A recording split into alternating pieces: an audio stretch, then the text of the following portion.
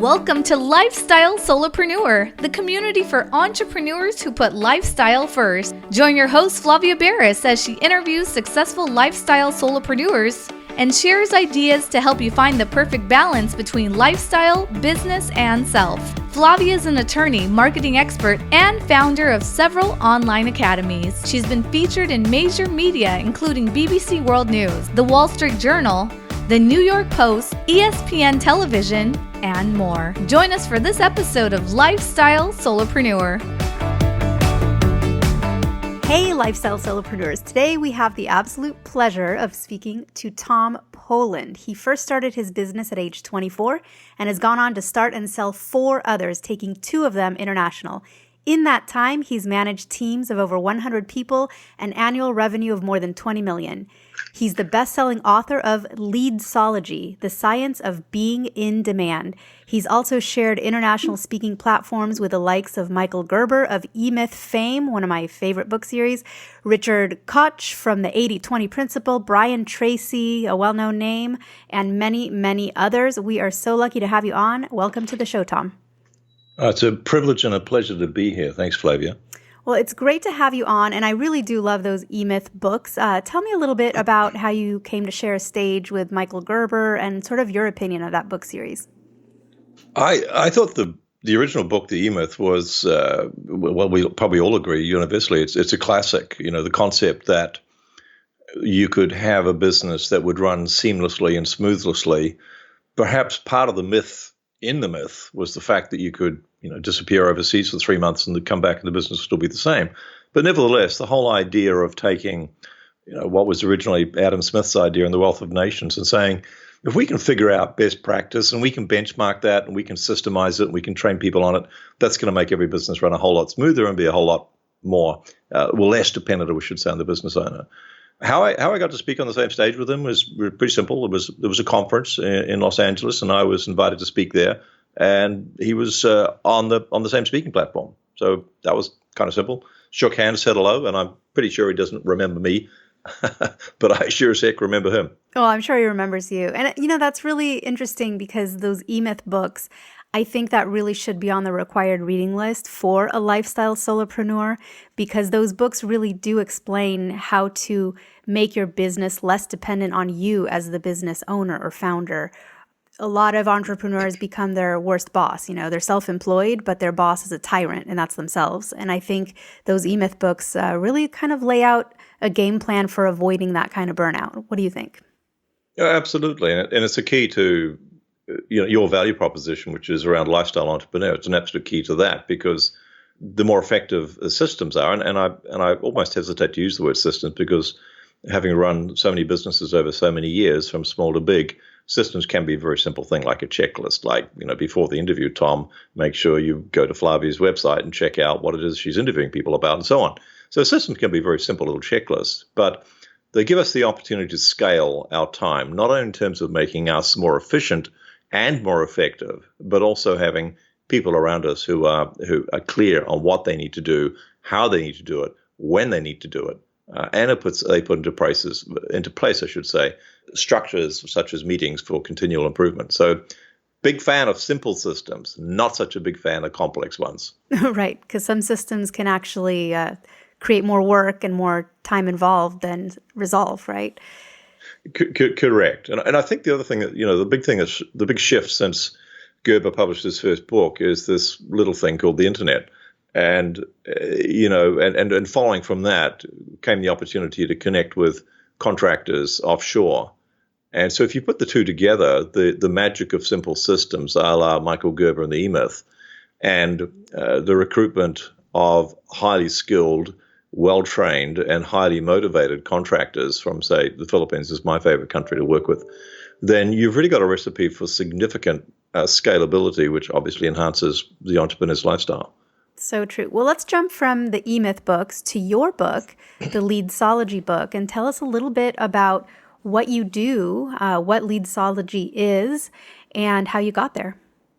Okay. Well, the premise behind Leadsology is that, first of all, when you're marketing something that's invisible, such as a service or advice or even software for that matter, it's far more like you are proposing marriage to the prospect than it is you're selling them a car. And what I mean by that is you are proposing that you enter into a relationship with someone. So Leadsology, the science of being demand, addresses that issue of why, when we're marketing services, advice, or software, it's so incredibly different to marketing a commodity product, and why, therefore, the marketing has to be incredibly different. The end result is that someone marketing, one of my clients or someone who's read the book, hopefully, and implemented, would be able to wake up on a Monday morning and they would look at their calendar and they would see bookings from people who are keen to talk with them about becoming a client. And those people have made the bookings from their own initiative, and they know how much you charge, and they know pretty much a rough idea how you work with people, and they're very convinced that they want to work with you. So that's the goal of Leadsology, is to create this weekly flow of qualified inbound new client inquiries. How I got there is probably goes without saying. It's been my own journey. In 1995, I started a business called the Entrepreneur Success Program. I was fortunate to be able to take that international and license it. And it was a 3-year curriculum-based training program for business owners, because I could see there was a gap in the market. We had the MBA, which was helping people in corporate executives get ahead and so on. But there was nothing really for the equivalent for the entrepreneur. So the Entrepreneur Success Program, we got entrepreneurs in a room for one day every 90 days over a 3-year period, and we walked them through a curriculum of what needs to happen in a business to make it, to grow and to make it sustainable and profitable and so on. And incidentally, we also did the same in their personal life. So we had them working on their relationships with their children and with their partner, with parents, with health and meditation, you name it. So it's a very holistic program. But so that filled a need in the market. But when I kind of had finished with that, I looked at everything that I did, and I looked at what I'd learned about marketing, and that was when I really realized that when you're marketing something that's not physical, it's a very different style of marketing. As I said, far more like proposing marriage than it is simply selling a car. Because if you go to a car dealership and you see the make and model you want, and let's say it's half price, and it's the only car in the whole of your country that's half price, but it's exactly the car you want, and it comes with, let's say, a 10-year limited kilometer warranty from the factory. So you cannot go wrong with this car. And then the salesperson walks out and they're a sleazeball, you still buy the car. Right. Because you're not buying a relationship with the salesperson. You drive away from that salesperson. But if you're a coach or a consultant or a corporate trainer or a financial planner or an architect or a CPA or a lawyer, and you're marketing your services, then people have to weigh up entering into a relationship with you. And so it becomes a whole lot more personal. And it also means that people need to get to know you. Most people, 97%, and I do mean literally 97% of the people that might work with you will want a few dates with you before you pop the question. Right. Makes sense. What do you think is among the top 5 classic mistakes that people are making when they're working on lead generation? Name just one of those top 5. Okay. Well, the first mistake would be a failure to understand that before we get to the value proposition, we need people to go through 4 levels of relationship with us. And I'll tell you how this manifests in a moment. But the first level is rapport. And, a lot of marketing people talk about getting people to know, like, and trust. And that's not enough. That's the thing. It's not enough for someone to know you, for someone to like you. Trust you, yes, fine. But you've also got to have a relevant value proposition. So rapport is the first level we need to lead people through. The second thing we need to lead people through is respect. They have to learn, I should say, we have to demonstrate that we are worthy of their respect, both from a personal integrity point of view, but also from a product integrity point of view. And the third level is what I call relatability. We need to communicate in such a way that our prospects feel like we can relate to their problems, to their experiences. And the last level is what I call reciprocity, where we've done so much for that individual without charge that all other things being equal, they would prefer to work with us than anyone else. So when you lead people through those 4 levels of relationship influence, you lead people to a level where they really feel that, as I said, that they want to work with you rather than anyone else, provided they can afford to work with you, they're going to do that. So how that mistake of failing to recognize the importance of those 4 levels manifests is things like running a webinar for people and expecting people to buy at the end of that one webinar, Or it's like putting an email out and saying, hey, why don't you come to my one-day workshop? It's going to be amazing. And every single time we fail to get a response with our marketing efforts, one or two things has gone wrong. We've either got the wrong value proposition or we've got it in front of the wrong people. Very often, it's the wrong value proposition. So, if someone doesn't open an email, the subject line didn't present the right value proposition, or it was sent to the wrong person. Understood. And I think that's really great for anyone listening who's had a webinar or has set up a one-day workshop or has sent out a pitch to different people via email and didn't get the response rate, right? The conversion that they expected, is to really think about what the value proposition was, and maybe that was missing, right? And so instead of beating themselves up, so don't beat yourself up if you sent out a webinar invite and you didn't have anyone sign up, or if you had them attend but they didn't buy whatever service you were offering, at the end of your webinar. It doesn't necessarily mean they didn't like you or have rapport, but maybe the value proposition was just not there. Correct. And I think this can be a source of great frustration, but also a great source of empowerment for people, in that if people aren't responding and registering or buying your book or coming to your webinar or registering for your workshop, whatever it is, the frustrating part is that you've worked so hard to put this thing together, and why aren't people buying? And the empowering part is you can fix it. And everything is almost fixable, right? Yeah, for everything, that's exactly right. With enough time, patience, and know-how. Almost, I would say 90% of the time, it's the message/value proposition that's not spot on. That is normally the situation, because most of our marketing these days is one-to-many. And when you want to go from one-to-one, like business networking meetings, which is an easier way but not scalable way to get some leads in, when you want to go from one-to-one to one-to-many, then your message has to be so much sharper to compensate for the fact that you are not there in full living color 3D. And so marketing messages essentially effective marketing messages have effectively three things going for them. They're benefit rich, and benefit rich in the mind of the recipient. They contain specifics, so they're not general or wishy-washy, and they are differentiated. And by differentiating, they get cut through, they get noticed. So it's not the same subject line in the emails that they might have seen 34 times before. It's not the same title for a webinar. So just for sake of example, the title of a book or the title of an event or the title of a webinar, if it was marketing, instead of saying learn about marketing, which is very general and non-differentiated and it contains no specifics, you might say something like a 5-step system for generating one new high-fee paying client every week. So that second marketing message is differentiated. It contains specifics, and it's very benefit rich. And that will always outpull a message which is more general. That's fantastic. Give us one more example of a marketing message that sort of meets your criteria, just something else. Let's say someone wanted to sell dog walking services. What could you generate as a compelling sort of one-liner that they can use to market their services? So the first question is, what would be the common frustrations or the common fears of the person who was going to be the client? For example, does the dog walker turn up on time? Is it a problem if there's a delay? Will the dog come back happy? Will the dog have been neglected? Will the dog walker be taking 20 dogs out instead of just the one dog? So a marketing message. I love this because we didn't pre-prep this, by the way, folks. We didn't talk about what our sample would be. I just kind of came up with that. And I don't own a dog personally, but that's great because I'm like, yeah, that's probably what people would worry about. Well, and I've never had a client who's got a dog walking service, but we always have to start not from what we can do, but from what the marketplace wants.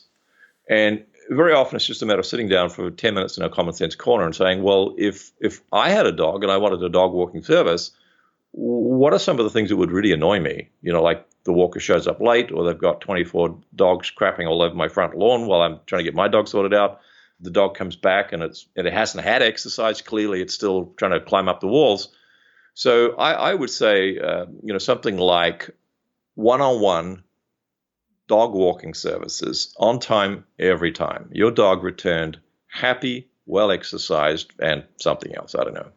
So we only want to actually put three benefits in there, and I've probably overdone that. We need a little more time, but you get the idea. I do, we and don't maybe want to just That's probably Yeah. the way you do it too, right? You come up with a phrase that's maybe got 6 benefits in it, like a piece of clay you throw on the pottery wheel, and then you Yeah. kind of That's very true. deduct some, right? You kind of That's very true. And the 3 is the magic number. If someone says, well, look, I've got 7 things that are amazing, that's fine, but no one's going to remember that. It's not going to get cut through. People are going to read that and they're going to go, oh, that's hurting my brain. Let me come back to that. Bingo, gone. We've got to get the cut through. Yeah. Yeah. Well, So yeah, and people will say, well, but hang on, I'm a dog walker. I mean, I make my money because I can walk 3 dogs at a time. That's fine. Just charge 4 times as much, because I had a client yesterday. We were doing a webcam thing, and I said, hey, I love your shirt. Where'd you get that from? And he gave me the website. I went and had a look at the shirt. And they sell T-shirts for $250, right? A black T-shirt, $250. And I'm going, I don't think so. What's the point? The point is that there is always someone, particularly in large marketplaces such as large cities, who will absolutely pay the premium for whatever service you have. I'd go even further than that. And that unless it's 4 or 5 times the price of your competitors, they won't actually buy from you. Right. I know. We all need to keep that in mind, right? The world is a very large place with a lot of people. Sometimes folks say something like, I don't know if anyone would be interested in that.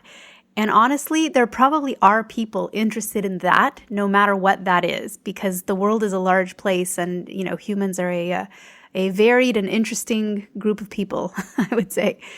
People will pay $1,000 to have the right steak delivered to their house in perfect condition. True. True. And so you come back to this. If you're not getting a response, just check 1, 2 things. It's either you haven't got the right value proposition, or you haven't got the right person. It's every single lead in the history of mankind. Every time anyone registers for a webinar, buys something, buys a book, two things have intersected: the right value proposition and the right person. And it will be the same for the rest of history. Every single lead is generated. Every single action is taken in marketing context when those 2 things intersect: the right message and the right person. And I just love it how you said the history of, did you say mankind, I think? Yeah. The history of all time, the history of mankind. I totally pictured a caveman going door to door from cave to cave selling something. And that caveman had to have the right value proposition for whatever it was he was pitching, and he had to knock on the right cave, right? Well said. Can I borrow that? I like that. Take it away. It's all yours. So here's something I just thought of. I actually know the owner of, I'll give her a little pitch in case anyone listening lives in the Bay Area and has a dog, and you just realized by listening to this that maybe your dog walking service needs to either be replaced or maybe you don't have one. She has a very successful dog walking business with several dog walkers in the Bay Area. It's called Sniff and Go. Sniff and Go. Nice. Apostrophe NGO, Sniff and Go. And so a little pitch for her, because I think she's great, and I know that your dog would be in good hands with her. And I'll send this to her to listen, because maybe she'll get some ideas for her own marketing messages. And see if she wants to open up a branch in Castaways Beach in Australia. No, that would be great, I'm sure. But wouldn't we all love to do that, actually? But we should clarify for our non-Down Under listeners that even though you are in Australia, your accent is actually from the neighboring country of New Zealand, correct? That is correct. I'm a Kiwi, born and bred. Although I'm sure you have to sort of be from that area to really be able to nail the difference, right?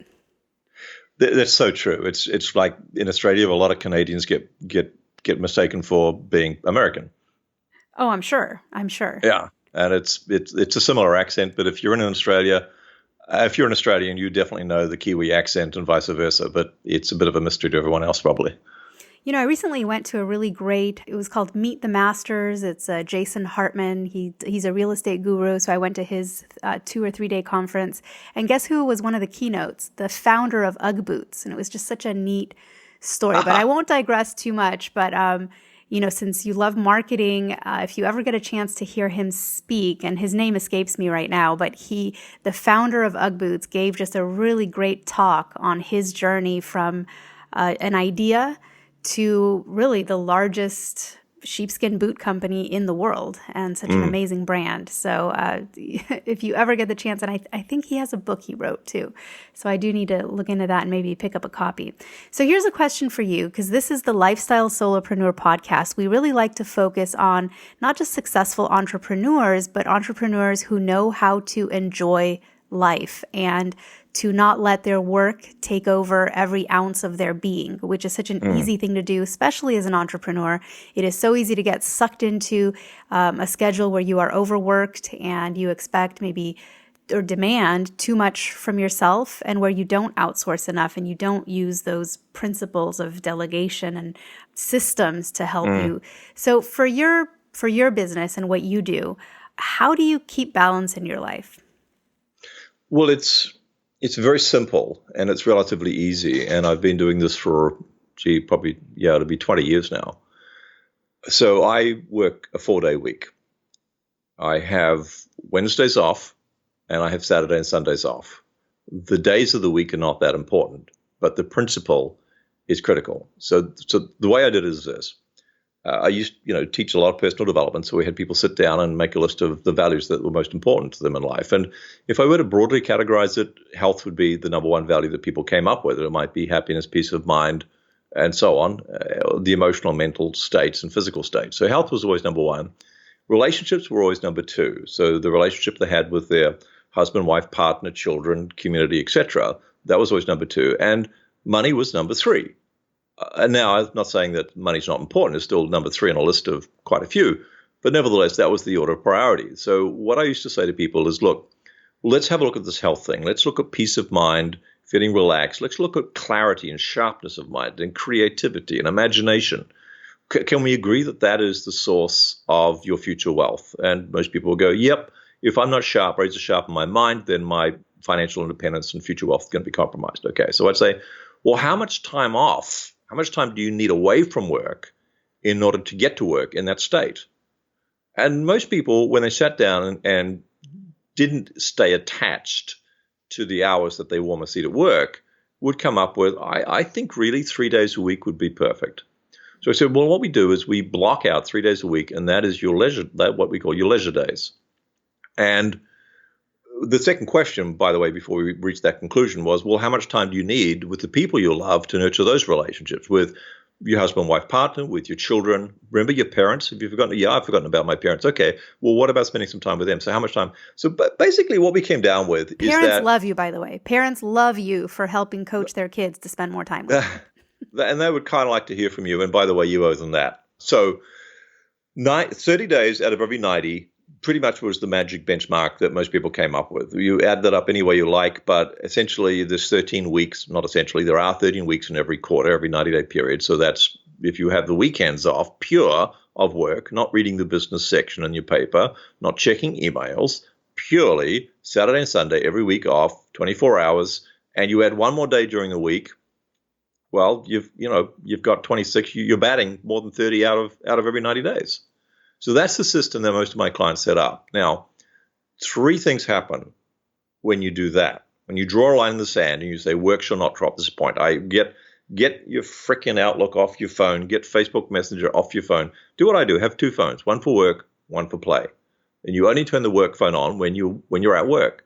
But it's the purity of these leisure days that is critically important, because we have to give the mind a rest. So what happens? So first thing that happens is you've got enough time to do the stuff you love to do.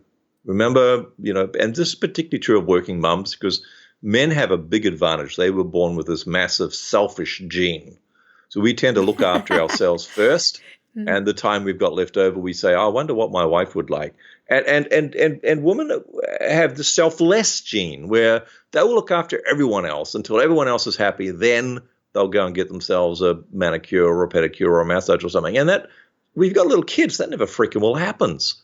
So recognize that in order to be of service, in order to the loved ones you have and to nurture those relationships, love is actually spelled T-I-M-E.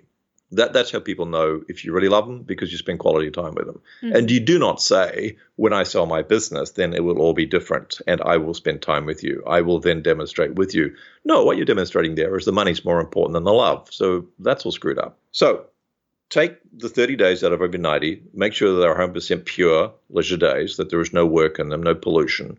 And you will sit there initially twiddling your thumb saying, what the heck am I going to do with all this time? And what you do with all that time is you rejuvenate yourself and you rejuvenate your relationships. Third thing that happens is you become much more creative and efficient at work. It was Ernest Rutherford was one of the guys in charge of the Oppenheimer project. He was a Kiwi guy, That's why I happen to know about him. And at Los Alamos, when they were looking to how they were going to split this atom thing, he gathered his team of scientists around him, which were mostly Australian and New Zealanders, and he said, look, the Americans haven't given us much money for this, so we're just going to have to think instead. And that's the reality of what happens when you limit a resource, in this case time. You sharpen another resource to compensate for that limitation. So when you say work shall not cross these time points, your thinking level of creativity and finding ways to do things improves. Does that make sense? It makes perfect sense. I love it. You know, when you speak about time, there's a great book. I don't know if you've ever heard of it. The author is well known, but mainly for his other book. He wrote Tuesdays with Morrie. His name's Mitch Albom. Great book. Yeah. Great author. He wrote another book called The Timekeeper. Ever ran across it? You know, I'm aware of it, but I haven't read it. You know, it's a good one. I actually read it in one sitting at the bookstore. Like I was going to get the book, and then I just started kind of. That was a good price. What's that? That was a good price. It was a good price. I ended up buying it because I'm like, this is what I'm going to reread, and this is one I may give to someone. So I did buy it, but it was just a short read, short enough to spend whatever it was. I don't know. Time passed. I haven't. It was called The Timekeeper, and I lost track of time. So it was that engrossing, and I'll just give you the short premise for anyone listening that's looking for a good, just quick read to put on the night table for a future book club selection. I guess we should start like a lifestyle solopreneur book club, right? Because we've just talked about the E-Myth books. Your book needs to be definitely on that roster. Leadsology, folks look that up on Amazon or Barnes & Noble, wherever you like to get your books. And this one as well, The Timekeeper by Mitch Albom. And it's a great book because it's about the first human that discovered there was such a thing as time. And then it jumps through generations and, hundreds of years forward, and it leaps even far into the future, the development of humanity from before we knew what time was all the way through a very dystopian future that the author came up with. Very interesting read, pretty quick one, and a lot of good messages in it. Very clever. So what do you do with your free time? You've got Wednesdays, Saturdays, and Sundays. What are some of your hobbies or favorite pastimes? Okay, well, let's work back from Sunday. Sunday is what my wife and I call us day. It's the us day. It's the day that we will individually make exceptions when we chat with the other person, but mostly it's we hang out together. We do the stuff we love to do together. We'll go out for a Sunday brunch at a favorite cafe, take our dog for a walk along the beach, which is outside our back door, and we might go into the tennis courts and hit some balls, but we do stuff together. And that's the one day a week that pretty much whatever else is happening is going in our life, whether, we're flying around here and there, we do everything to try and be there for each other on a Sunday. And it's not to say we don't spend more time together during the week. We typically wake up in the morning and I have my coffee, she has a tea every morning together and so on. But that's the one day that whatever else happens, that day is the us day. Now our kids have left home. So typically that's what happens on a Sunday. On Saturday, it's a bit of a, my wife always has a little list for me of things that need fixing around the house or in the garden. We outsource a lot of stuff. So a lot of the gardening and stuff is outsourced because, and you don't want me as a gardener anyway, because I just pull out the wrong things. But it's also, I play a lot of tennis. I play tennis 4 to 5 times a week. It's a passion of mine. 18 months ago, I had 3 brain hemorrhages, and these little babies that I had, one of them kills 50% of the people that have them. Another 41% of permanently brain damage. And I got through 3 of them without any loss. As I said to my wife after the surgery, she said, "How did it go?" And I said, "Well, surgeon said I'm all clear except for there's a small motor neuron section in my brain. It's called motor neuron, and it knows how to do washing of dishes and drying of dishes. That's completely shot. Oh, but sneaky everything else, you. Yeah." And since then, I've realized my vacuum cleaning neurons have gone as well. But apart from that, I'm good. So what that did is it brought back into sharp focus the importance of having this time off. And so instead of doing the things that I should do, for example, I should do yoga, I play tennis and do some stretching. So a lot of tennis, a lot of reading. That's how I spend most of my time off, other than the Sundays, which is the us day. That's great. Well, let's talk about your other days of the week, your Mondays, Tuesdays, Thursdays, and Fridays in general. in those days, what projects are you working on now? And where's your business going from where it is today, looking forward a few years? Okay, well, we're really at the point of maturity now, and I've been here a couple of times before, so I probably have a sense for when it's ready to scale. We have our different value delivery options online for clients who can come in. Clients can start with us completely free. They can, and I'm not Mother Teresa of the marketing world, but I do like it when someone just simply can't afford to work with me. I can give something for free, and then we go up to $197 a month, and so on. So we've got all those value delivery systems set up so that 80% of it is automated, it's scalable, and so we're ready to expand. And I have clients literally 15 different time zones. So it's not like we haven't scaled somewhat, but we can do a whole lot more. So that's a project I'm working on right now. A little pet project I have is a real-time KPI dashboard where a client can just go click and up pops everything that's happening with their marketing in real time. And the way we do it, 85% of the marketing is not done by the client; it's done by contractors. They're doing a lot of the spade work, if you like. So there's a couple of projects I'm working on right now. Is getting this thing scaled so we can serve more people, whether that's at a free level or a premium price level. We can serve more people because you have a better business, you have a better life. So that's my way of making the world a better place is to show people have a better business so they got a better life. That's what we're working on right now.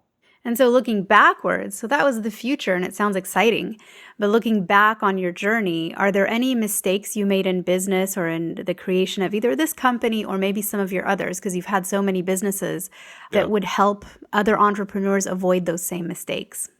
I think the biggest mistake I made when I was younger is thinking that I was smart and that was important, that I was smart. And what I came to realize is that it's better if I'm only just smart enough to know how dumb I am and to seek help in those areas where I'm ignorant. Because, Mark Twain said, it's not the things that we don't know that hurt us, it's the things we think we know that just ain't so. Mm-hmm. So my biggest mistakes have always been because I've gone into something thinking I know, and it just wasn't so. So my issue has been overconfidence. Some would say arrogance, certainly in certain situations, and that's caused a blindness to reality. So that would be the big thing, that if I could wind the clock back 35, 40 years, that I would be more circumspect. I would ask more questions. I would challenge my own beliefs, because that's been expensive. Someone once said, the enemy of growing is knowing. And that was certainly my most expensive mistake. Well, that's a great little warning, just to check our egos and hubris at the door if we're entering the realm of entrepreneurship. And I agree with that 100%. We've all been, I think, guilty of it. We've all, and I'm a lawyer too, right? The kings and queens of ego and hubris and know-it-allness. So it's definitely important to always question your own beliefs. And I agree with you 100%. I think that's really great advice and a good one for us to focus on today. That's why we listen and host podcasts, and I've been a guest on many podcasts. I love hosting this podcast. I love listening to other podcasts. And I think it's because you have these little moments where you just think, that's something to always keep in mind. It's something I already knew, but it's so easy to forget as you just go day to day and, in your life. So let's all make a note of that and promise ourselves that we will always check our egos and hubris and our overconfidence at the door, and that we approach everything with just an open mind, right? Yeah. An open mind. I guess being open-mindedly skeptical, open-minded enough to consider, to question, to examine, but skeptical enough to do that questioning as well. Love it. I think that's great advice. So how do people learn more about you? I mean, I've already plugged your book because that is an excellent place for people to start and to learn about your philosophies, which are just really great, especially because lead generation is such an important part of marketing. In fact, some folks would argue that lead generation is the goal of marketing. Whatever your marketing is, if you're the person coming up with the Geico lizard mascot. I mean, the whole reason you market is so that you can generate incoming leads. So your book, Leadsology, is, I'm assuming, available at most bookstores or just online through Amazon. Is that right? Amazon's the fastest, easiest place, and people can also go to www.gettomsbook.com, and that will take them to my Amazon page. Great. GetTomsBook.com, and your name is Tom. None of the H's that some of the Toms are putting in. Correct. Yeah. I've met a few now. But the big thing a lot of people might want to have a look at is www.5hourchallenge.com. It's the word 5, because that teaches people a lot about marketing messages. It's completely free. It's a 5-hour challenge. It's spread over 5 days, and people have a look at a 10-minute video every day, learn something about their marketing message, and learn how to get it out into the market to generate fresh leads. So, as I said, completely free, 10 minutes of training, and it's called 5 hours, 1 hour a day, because 10 minutes of training, 50 minutes of action items. So that, and of course, there's the website, www.leadsology.guru, and I always have to apologize for the .guru. I don't think I'm a guru, but .com was taken. You know, I think you're a guru. I will bestow that title upon you. I really do. You've been doing this long enough, and you've seen enough things, and you give great advice. So it's not something anyone wants to call themselves, but I'm going to call you that. You're a guru, and no Very apologies for it, okay? Kind. Thank you. All right. And so, folks, give us the 3 websites one more time, because I know there's folks that went out to grab some pencil and paper when they heard them. Go through them one last time, and then until next time. GetTomsBook.com. 5, that's the word 5hourchallenge.com, and leadsology.guru. Thanks so much, Tom Poland, for being with us today. It's been an absolute pleasure, and I cannot wait to connect again. Been a privilege. Thanks, Flavia. Hey everyone, thank you so much for joining us, and I hope you enjoyed the show. Don't forget to subscribe to this podcast, and if you leave a review on iTunes, I promise I will read every single review. If you know someone who makes a full-time living from part-time work, and maybe this is you, please visit lifestylesolopreneur.com to nominate a guest or to nominate yourself. Because remember this, money doesn't buy happiness, but money in the hands of a happy person, there is no greater tool. Today's episode was brought to you by the Get Shift Done program. It's a lifestyle-changing online class to help you define your business and lifestyle ambitions, and to set goals in a way you've never experienced before. This class will 10x your daily productivity with methods that will blow your mind. And if you use a coupon code podcast, the class tuition is 99% off. Visit GetShiftDone.com to enroll today.